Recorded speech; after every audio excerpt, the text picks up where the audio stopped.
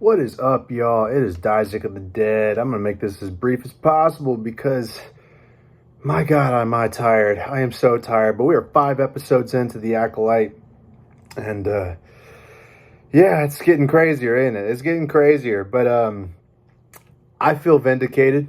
I feel way more vindicated now than I did when I first started watching this, as if I really needed vindication, but let's get into some spoilers, all right? Let's get into some spoilers. First, I want to say that people mad from my last video about the Acolyte apparently didn't watch the video, and they continue to throw themselves out into my comments section.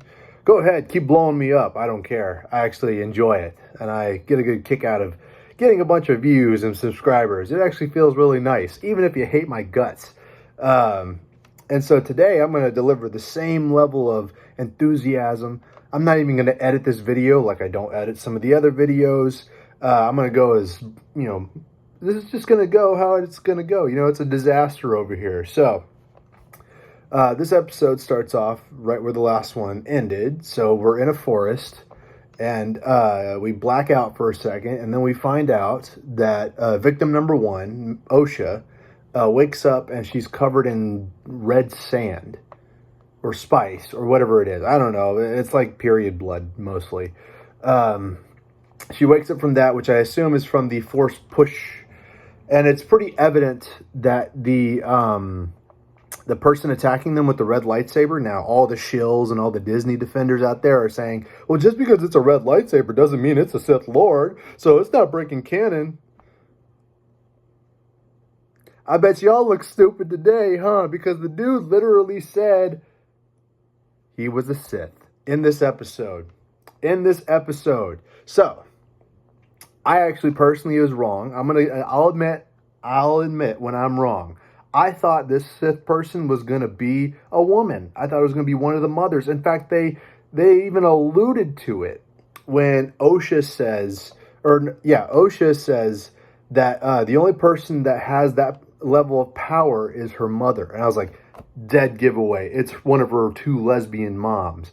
But I was pleasantly surprised when it turned out to actually be a dude, and it actually ended up being revealed, unmasked, to be Asian Ezra Miller. I guess who could have guessed, right? Looks like D-Day Cobra was right all along from F&T. What do I know about that stuff? Anyway, 199 now on iTunes and Spotify. Go check it out. So, turns out that was a dude the entire time. An actual surprise to me. I was not expecting it. I thought it was going to be a woman. So, wrong on my part. But still stupid nonetheless, because the dude literally said that he was a Sith and that the Jedi won't allow me to be me. Oh, they're the world police. Oh. So they're making the Sith into a bunch of whiny, crying SJW archetypes, saying that the Jedi are the bad force that's trying to keep us down and trying to. They made the Sith into a bunch of victims, basically. The Sith, they just want freedom. They just want force freedom. They want to be able to do the Force without the constraints of the Jedi.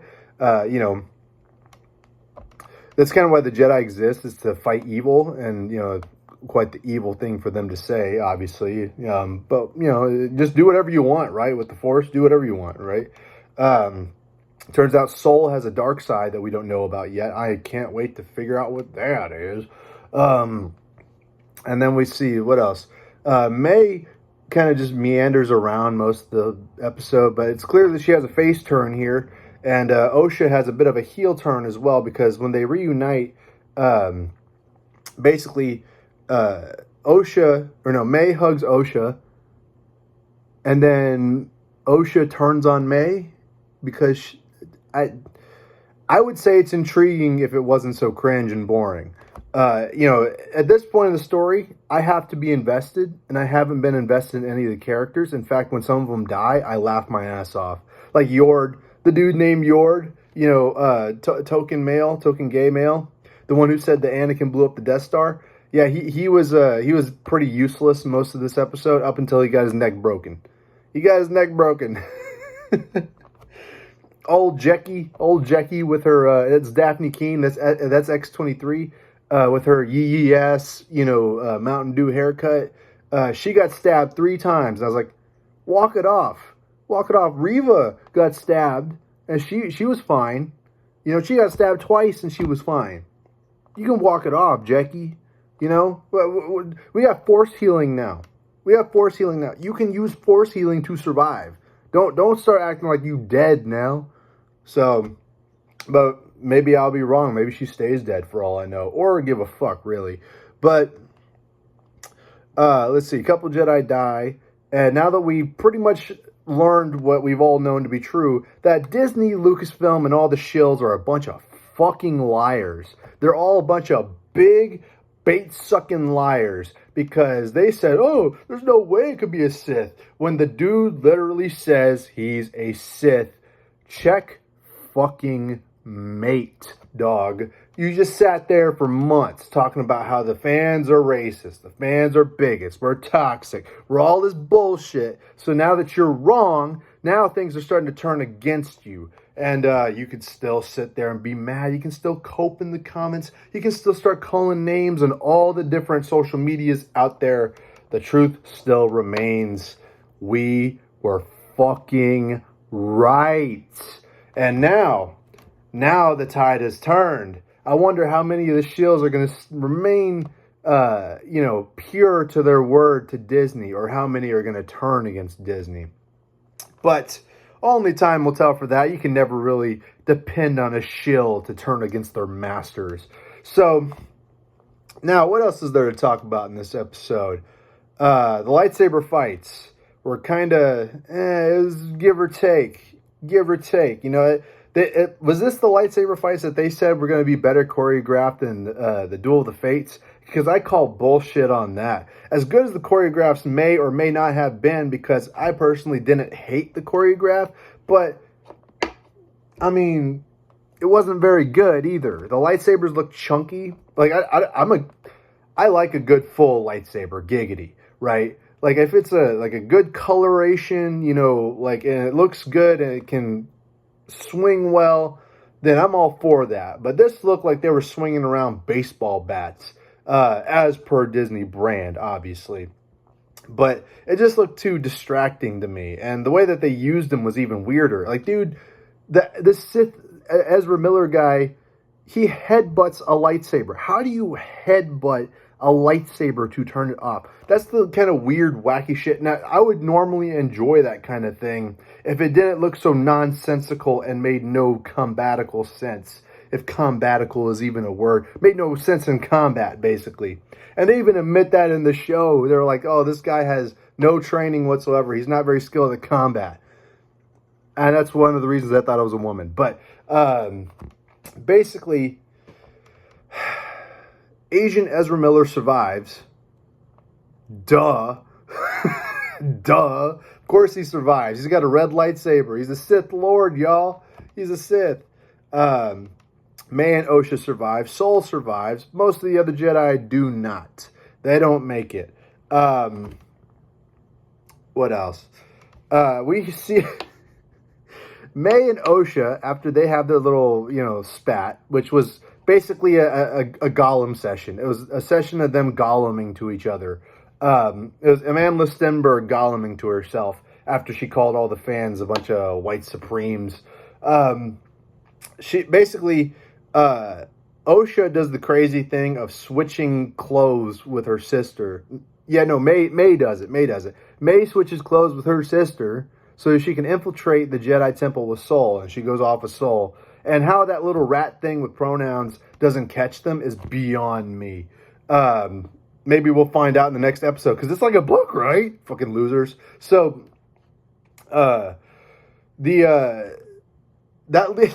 basically, May took her sister's clothes and left her naked in the forest to go off with the dude that stole her sister in the first place. Real Harvey Weinstein of this entire episode. This entire episode is filled with Harvey Weinstein victimhood, Me Too shit. It's all over the place, man. It's such a breeding ground for activist fucking hatred.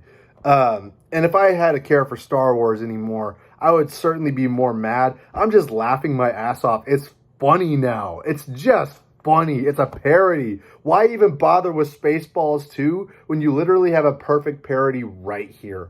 It's right here for the taking. And if you don't take any shots at Disney Star Wars, what the fuck are you doing? You know? So, I guess Osha is just left to her own devices in the middle of the forest. But Asian Ezra Miller comes up, and you could hear Kylo Ren's theme song when he walks up, because it's Smilo Ren, guys. And I thought he was about to force heal her for a second. I was like, no, you fucking won't. And apparently they didn't, but I would have loved it if they did. Just lean into it. Heal all the Jedi. Use Force healing to heal all the Jedi that just died. Who knows, right? Like, my God. The most entertaining thing about this so far is that every time we see a setup for a payoff, it does something completely 180 degrees, right? I mean, there's a few things like, okay, setting up the bugs, but like the setups are usually, the setups are usually obvious and clumsy. That's how you know there's an inexperienced writer behind this, with payoffs that are just as, clumsy later on. Or there's setups that have no payoff whatsoever and takes just a complete U-turn to an opposite direction. And that's the most interesting thing about this show to me, is I'm watching it, and as a writer, I'm thinking, okay, so we're seeing this setup here, but I'm expecting the payoff to be this, based off what's been set up. But no, it completely blows my mind. It does something completely random. And it's just like, oh, that makes no logical sense. There's no reason to do that, in a screenwriting sense. You're just making random shit up because you're a talentless hack. But that's the most entertaining thing about watching the show, is that you never really know where it's going to go. It's literally just a roll of the dice every single scene, just about. And people argue that that's good writing. You go ahead. You read or write a book or a show or whatever that's just rolling the dice and see how well it does. Clearly, it hasn't done super well because we're sitting at a 13% Rotten Tomatoes score with the audience, and no one gives a fuck about the shills, all right? So, and that's just at time of recording. I have no idea where it's gone now that the episode's actually aired. But is it woke? Fuck yeah, it's woke. Are you serious? They advertised it like that. But of course, Disney Star Wars fans, Disney Star Wars shills, people who are, all into that, you go ahead, you eat it up and you enjoy it. It's for you, basically. But for the rest of us who are like, yeah, we're kind of, this is finally the thing that unites the Star Wars fandom. What can you say, man? What can you say? They disrespect George Lucas. They disrespect the IP. They disrespect the fans. And they expect everybody to walk away with a happy ending. By the way, Wikipedia blocked me on Twitter. I don't know if I mentioned this before, but I've had several people block me. Retney's Holocron, blocked me. A bunch of other shills blocked me. Wikipedia blocked me on Twitter because Wikipedia said that Star Wars is for everyone. And I said, well, if it's for everyone, then why do the people who like The Acolyte say that it's not made for me? Because I'm a white man. Wikipedia blocked me. So, what does that tell you about Disney Star Wars, the people that they're trying to appeal to, and, who actually is watching this show? This has been a wild ride, man, and I'm having a blast. I hope this video makes it to the heights of the last video and beyond. So, man, I can't wait for next week now. I'm actually genuinely excited. Before I was apathetic. Now I'm like, bring me more. I want more of this. I want to see how this goes because we were right. The fans were right. I feel vindicated now. I feel so glad. And of course, people are going to be mad and they're going to start throwing shade like they always do. Most of them won't even make it to this far in the video because they've already made up their mind based off the freaking title. But what are you going to do about it? Welcome to the graveyard. This has been Isaac of the Dead. I'm feeling pretty good. So, if you like the video, like, share, comment, subscribe. I got 2 new songs on iTunes and Spotify under the name Deadshot Dyzek. That's DEDSHOT DYZEK. Deadshot Dyzek, the 199 song, and a nice little song for the Disney Star Wars fans out there called Raylos Are Weird, both on iTunes, Spotify, Apple Music, you name it, it's out there. Go check it out for me, please. Have a good day. Be nice to each other. Hate Disney Star Wars. If you hate Disney Star Wars or you're apathetic to it, doesn't matter. Don't smoke crack.